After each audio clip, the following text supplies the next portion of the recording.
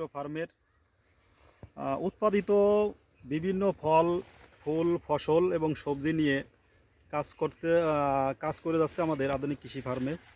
তার এই ধারাবাহিকতায় আমাদের যে আমরা সরিষা চাষ করি। এই যে আমরা এখন যা দাঁড়িয়ে আছি এটা লগে আপনার বাড়ি 18 সরিষা। এই সরিষাটা আমরা এবছর নতুন চাষ করছি, যেহেতু গেছেবার সরকারিভাবে এই সরিষাটা গেছেবার উৎপাদিত হয়েছে।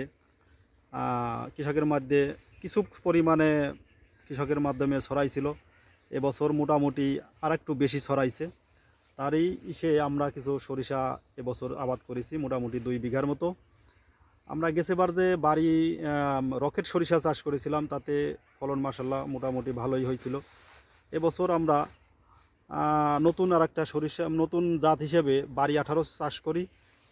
তাই আপনাদেরকে দেখানোর উদ্দেশ্য যে আমরা নতুন ফল ফসল নিয়ে যেগুলো আমরা কাজ করে যাই, এই সব ভিডিও আমাদের নিজস্ব চ্যানেলে প্রচার করা হয় এবং আধুনিক কৃষি agro farm YouTube channel, Facebook page, এইগুলো আমাদের নিজস্ব চ্যানেল এবং নিজস্ব প্রতিষ্ঠানের উৎপাদিত ফল ফুল ফসল এবং সবজি নিয়ে এইগুলো প্রচার করা হয় আমাদের চ্যানেলে। তা মাশাআল্লাহ আমরা এখানে ধান চাষ করেছিলাম, এর আগে দেখাইছি আমরা ধান। আমাদের ধান ছিল হলো ভিয়েতনামে একটা ধান আমরা চাষ করি। এই ধানের পরে এই সরিষাটা মূলত আমরা চাষ করি এবং ধান শেষ করার পরে যে সরিষাটা করছি বাড়ি 18, আসলেও একটু সিজন ছিল একটু লেটে, যেহেতু আমাদের ধানটা কাটতে একটু লেট হয়েছে, তা সরিষাটাও চাষ করতে আমাদের একটু লেট হয়েছে। এই পাশে যারা দেখতেছেন মোটামুটি ওগুলো কিন্তু ফুল, পরিপূর্ণ ফুল। আর আমাদের এখানে কিন্তু এই সরিষায় কেবল ফুল আসা শুরু হয়েছে, এখন দেখাচ্ছি। এবং এরপরে আমরা যখন পরিপক্ক ফল আসবে তখন আমরা আপনাদেরকে আরেকবার দেখাবো যে এই গাছের ফলন এবং কোয়ালিটি তখন আমরা পরিপূর্ণভাবে দেখতে পারবেন। এখন দেখানোর উদ্দেশ্য হলো গিয়ে মূলত আসলে আমরা যে চাষটা করেছি এই গাছের যে কোয়ালিটি এবং গ্রোথ আর গাছ যে হাইট মানে যে পরিমাণ মোটা হয়েছে দেখলে আশ্চর্য হয়ে যাবেন। এই যে একটা গাছ কেবল ফুল আসা শুরু হয়েছে, এই দেখেন গাছের অবস্থা দেখেন, মনে হবে যে এটা ভেন্না গাছের মতো মোটা হয়ে এই গাছটা উঠতে শুরু করেছে। এই গাছ আসলে এইগুলো দেখে আমাদের মন চাইলো যে আসলে দর্শকের এটা দেখানো উচিত যে বাড়ি 18 সরিষা ফলন ইনশাল্লাহ এখনও আমরা পরিপূর্ণ বলতে পারবো না যে কি পরিমাণ ফলন আসবে, তবে গাছ দেখে মনে হচ্ছে যে না আশানুরূপ ফলন আমরা ইনশাল্লাহ পাবো এই বাড়ি 18 সরিষায়। আর এই চাষটা মূলত একদমই খুব সংক্ষেপ সহজ। আমরা যখন এই ধান কাটা শেষে যখন আমরা এই সরিষাটা জমিতে চাষ করে ছিটাই দেই, তখন আমাদের মাটিতে একটু রসালো ভাব ছিল। ওই সময় কিন্তু গাছগুলো বের হয়ে মোটামুটি 4-6 আঙ্গুল যখন হয়েছে, তখন আমরা মাত্র একটা সেচ দিয়েছি এই জমিতে সার দিয়ে।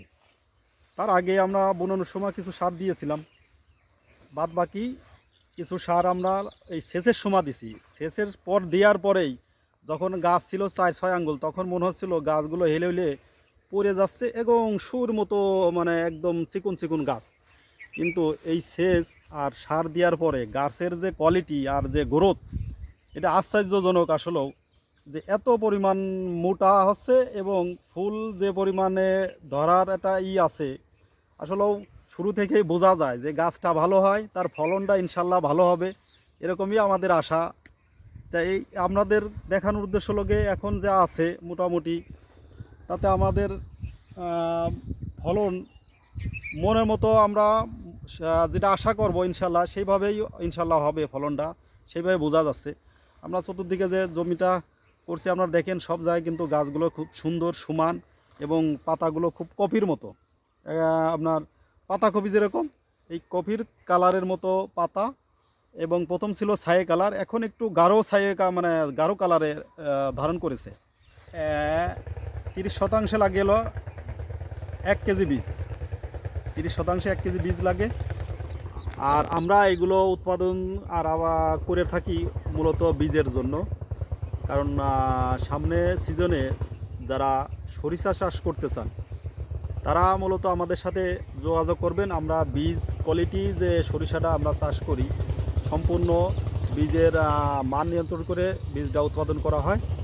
আপনারা যারা বাড়ি সরিষা আগামীতে চাষ করবে, বাড়ি সরিষা 18 যারা চাষ করতে চান তারা আমাদের সাথে যোগাযোগ রাখবেন। ইনশাল্লাহ আগামীতে আমরা সরিষা দিতে পারবো পর্যাপ্ত, কারণ আমাদের যে সরিষাটা হয়েছে আসলে ফলন দেখলে আপনারা নিশ্চয়ই বুঝবেন এবং পরবর্তী আপডেট ভিডিও আমরা এগুলো যখন ফলন আসবে কিংবা কাটার উপযুক্ত হবে তখন আপনাদেরকে দেখাবো। তখন যদি আপনাদের মনে হয় না যে সরিষাটা আসলে ভালো হয়েছে তখন আপনারা এটা নিয়ে চাষ করতে পারবেন।